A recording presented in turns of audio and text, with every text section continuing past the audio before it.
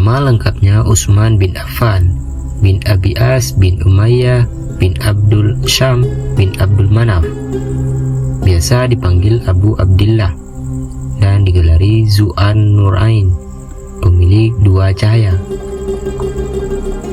Ia lahir di Mekah 5 tahun sesudah kelahiran Rasulullah Shallallahu Alaihi Wasallam, atau 5 tahun setelah peristiwa pasukan gajah yang menyerang Ka'bah.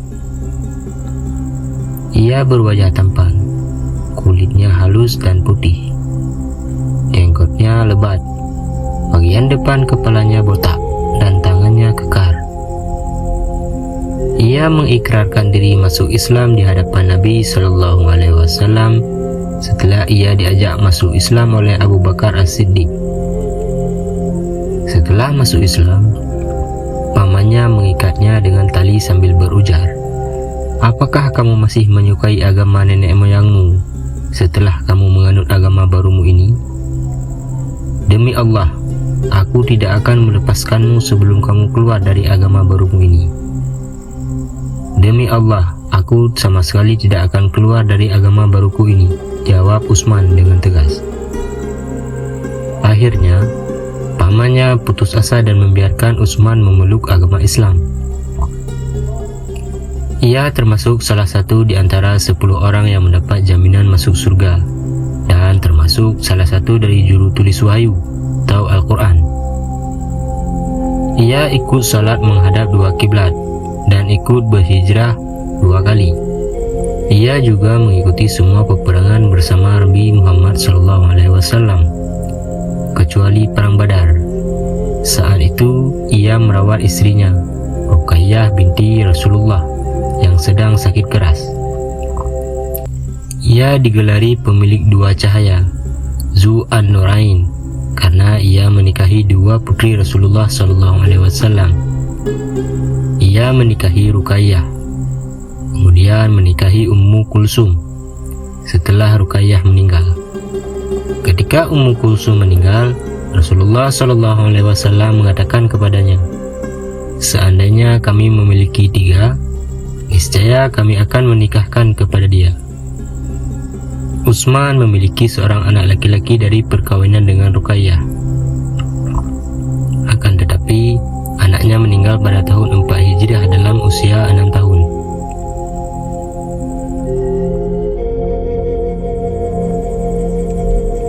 Tentang dirinya, Utsman mengatakan, "Aku tidak pernah bernyanyi, berangan-angan, dan menyentuh kemaluanku sejak aku membaiat Rasulullah SAW. Ia adalah sosok yang terkenal pemalu. Suatu hari, Rasulullah SAW tidur terlentang sedang kedua kakinya terbuka. Abu Bakar dan Umar meminta izin masuk, dan beliau tetap dalam posisinya dan membiarkan betisnya tetap terbuka. Tatkala Utsman minta izin masuk, beliau langsung menutup betisnya sambil mengatakan, "Bagaimana aku tidak merasa malu kepada orang yang malaikat saja malu kepada dia?" Ia juga sosok yang terkenal sangat dermawan. Bahkan, ia pernah menanggung semua perlengkapan separuh dari pasukan kaum muslimin dalam perang Al-Asra. Saat itu, ia mendermakan 300 ekor unta dan 50 ekor kuda, lengkap dengan segala peralatannya. Kemudian ia datang membawa 1000 dinar dan memberikannya di hadapan Rasulullah SAW. Saat itu, Rasulullah SAW mengatakan, "Mudah-mudahan sesudah ini ada lagi yang dilakukan Utsman." Ia pernah membeli sebuah sumur Raumah dari seorang warga Yahudi. Setelah itu ia mewakafkannya. Kaum muslimin memanfaatkan sumur itu sebagai sumber air minum. Tentang Utsman, Abu Hurairah mengatakan, Utsman bin Affan telah membeli surga dari Rasulullah sebanyak 2 kali. Pertama, saat ia melengkapi peralatan pasukan perang Al-Asrah. Kedua, saat ia membeli sumur. Utsman adalah orang yang sangat takut kepada azab Allah, sampai-sampai sampai ia pernah menyatakan, "Seandainya aku berada di antara surga dan neraka, lalu aku tidak tahu kemana aku akan disuruh masuk, maka aku akan memilih menjadi abu sebelum aku tahu kemana aku akan dimasukkan." Rasulullah SAW telah memberitakan Utsman akan masuk surga. Beliau juga memberitakan bahwa Utsman akan menghadapi fitnah dan ia akan terbunuh secara zalim. Ia senantiasa bermunajat agar diberi kekuatan untuk bersabar menghadapi fitnah tersebut.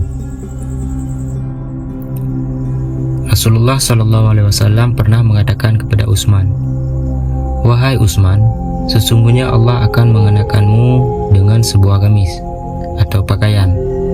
Jika mereka ingin melepaskan gamismu itu, maka janganlah kamu melepaskannya untuk mereka." Pada saat Rasulullah SAW meninggal, Utsman baru berusia 58 tahun. Ia menjabat sebagai khalifah tahun 24 Hijriah, dan saat itu ia berusia 70 tahun. Ia berjasa menyempurnakan pengumpulan Al-Quran, menghimpun umat untuk menggunakan mushaf yang telah dikumpulkan oleh Abu Bakar. Ia menyuruh untuk menyalin naskah-naskah Al-Quran dari mushaf tersebut, lalu membagikannya kepada daerah dan membakar mushaf lainnya. Pada masa pemerintahannya, wilayah Afrika, Cyprus, Tabaristan, Khurasan, Armenia, Kaukas, Kirman, dan Sajastan berhasil dibebaskan. Pada masa pemerintahannya, harta berlimpah, sampai-sampai ia pernah mengutus budak perempuan untuk menimbangnya. Ia juga sering menunaikan ibadah haji. Ia adalah orang yang pertama memperluas bangunan Masjidil Haram dan Masjid Nabawi, membangun pangkalan angkatan laut, menyuruh untuk membentuk kepolisian negara, dan mendirikan gedung peradilan. Pada masa pemerintahan Abu Bakar dan Utsman, sidang peradilan masih diselenggarakan di masjid. Ia juga orang yang pertama yang mendahulukan khutbah dalam salat Id dan menambah azan pada salat Jumat. Ia pernah menginstruksikan agar kaum muslimin menduduki semua wilayah yang penduduknya hengkang dari wilayah tersebut, dan wilayah tersebut menjadi milik kaum muslimin. Ia menikahi 8 orang wanita, 4 diantaranya meninggal dunia. Mereka adalah Fakitah, Ummu Banin, Ramlah, dan Nailah. Ia memiliki 7 orang anak, 9 laki-laki dan 8 perempuan. Anak laki-lakinya adalah Abdullah Al-Bakar, Abdullah Al-Asghar, Amir, Umar, Khalid, Walid, Said, dan Abdul Malik. Ia pernah naik ke puncak Gunung Uhud bersama Nabi SAW, Abu Bakar, dan Utsman. Tiba-tiba Gunung Uhud berguncang, lalu Nabi berkata, "Tenanglah Gunung Uhud, di atasmu ada Nabi, Siddiq, dan 2 orang saksi," maksudnya Umar dan Utsman. Ia meriwayatkan 146 hadis dari Nabi SAW. Di antaranya, Rasulullah SAW bersabda,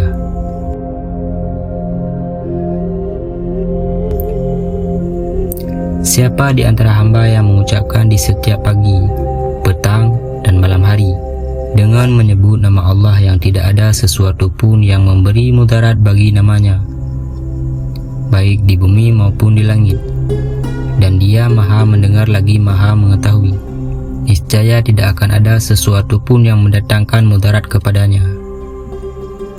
Ia pernah bermimpi bertemu Rasulullah SAW pada malam kesyahidannya. Ia mengatakan, "Aku bermimpi bertemu Rasulullah, Abu Bakar, dan Umar. Mereka mengatakan kepada saya, 'Anda akan berbuka puasa bersama kami malam ini.'" Abdullah bin Sabah pernah mengorganisir sekelompok pemberontak untuk menggulingkan Utsman. Alasan mereka, Utsman melakukan praktek nepotisme dan mendudukkan kaum kerabatnya di pemerintahan. Pada hakikatnya, orang yang diangkat Utsman adalah orang-orang yang pantas menduduki jabatan tersebut. Mereka akhirnya membunuh Utsman saat ia sedang membaca Al-Quran di rumahnya pada pagi hari raya Aidil Adha. Ia meninggal tahun 35 Hijriah dalam usia 82 tahun. Ia memangku jabatan khalifah selama 12 tahun. Jasadnya dimakamkan di perkuburan Baqi, di atas lahan yang dibelinya sendiri.